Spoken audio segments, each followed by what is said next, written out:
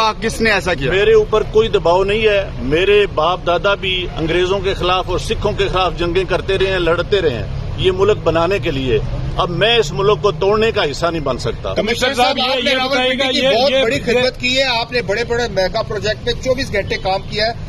یہ بتائیے گا کہ آپ کو کمشنر چیف الیکشن کمیشن دباؤ میں لا رہا تھا کہ یہ کریں سارے کام, لوگ جیتوں کو آپ نے ہرایا, آپ کو نیند کیسے آتی رہی, کس طرح آپ کا ضمیر جاگ گیا؟ دیکھیں میں نے راولپنڈی کے لیے 16 گھنٹے کام کیا ہے. میں نے یہاں رنگ روڈ بنایا ہے, دوچا ڈیم بنایا ہے, ہولی فیملی ہاسپٹل بنایا ہے, جم خانہ بنایا ہے, میں نے لاری اڈے بنائے ہیں, مزدوروں کے لیے سینٹر بنائے ہیں, منشیات کے اڈے سینٹر بنائے ہیں.